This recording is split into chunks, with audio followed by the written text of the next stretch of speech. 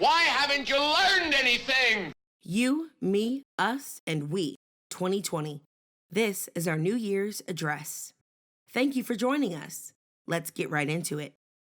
Family, we can all agree that our condition has reached a critical mass. In certain cities, we are the most incarcerated and the least financially viable. Our children are under threat not only by the education system, but in every walk of life.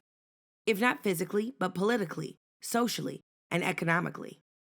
For some in our communities, our very spirits are being broken.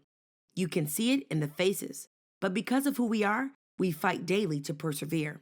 It's in our DNA. It's unfortunate that part of the same will to persevere that courses through our DNA was brought about by centuries of enslavement and oppression to the likes the world has ever seen. We have done things to each other not to thrive, but merely to survive.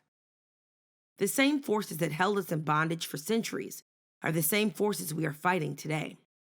It may look different, as the illusion of freedom is very deceptive. It comes to us in many forms.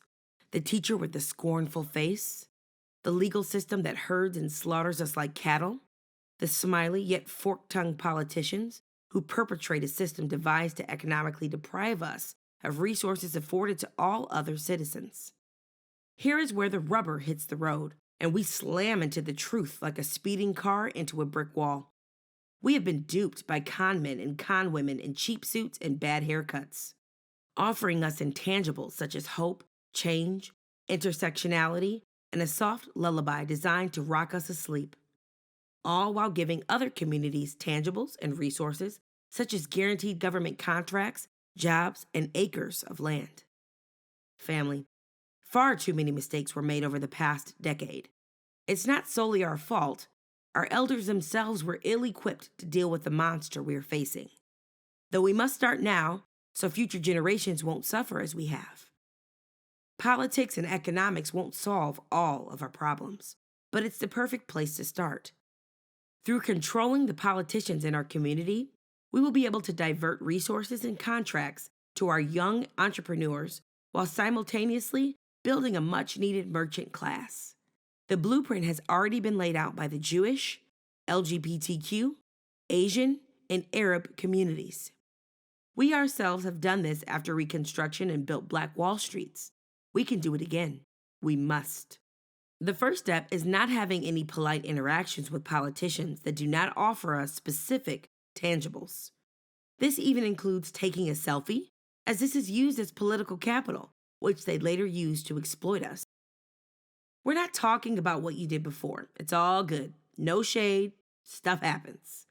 We're talking about today. Let's not wait. We can start right now. Because if you're taking a selfie with a politician, that's exactly what you're doing, being selfish. Think not only of yourself, but think of these 4 words: you, me, us, and we. As a people, we will prosper together or continue suffering together. It's 2020, the start of a new decade. The choice is ours. We love you, family.